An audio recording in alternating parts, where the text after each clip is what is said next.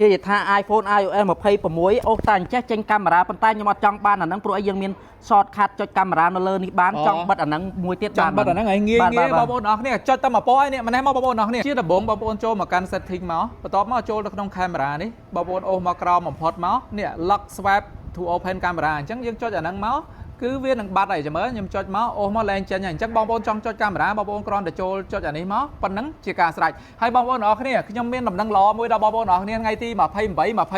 30គឺយើងធ្វើ event Black Friday នៅជីបម៉ុង271 Mega Mall អញ្ចឹងឲ្យបញ្ជាក់ទាំងអស់នេះនៅក្នុងផ្សារហើយឱកាសពិសេសបងប្អូនអរគ្នានេះសិតតែមានកប៉ៅ3ខោតែ$68ទេហើយនឹងមានតំណែងមួយថែមមួយជាច្រើនទៀតហើយបងប្អូនទាំងអស់គ្នាមើលគឺតំណែងទាំងអស់នេះគឺយើងត្រៀមទៅ Black Friday event ថ្ងៃហ្នឹងទាំងអស់អញ្ចឹងតម្លៃធូរខ្លាំងមែនតើមានមួយថែមមួយ3ខោ$68មិនមែនមានតែនៅហ្នឹងឯណានៅនេះទៀតបងប្អូនអរគ្នាអញ្ចឹងកុំភ្លេចទៅចូលរួមទាំងអស់គ្នាបញ្ជាក់ថ្ងៃទីម្ដងទៀត28 29 30ខែវិច្ឆិកានៅក្នុងផ្សារជីបម៉ុង271 Mega Mall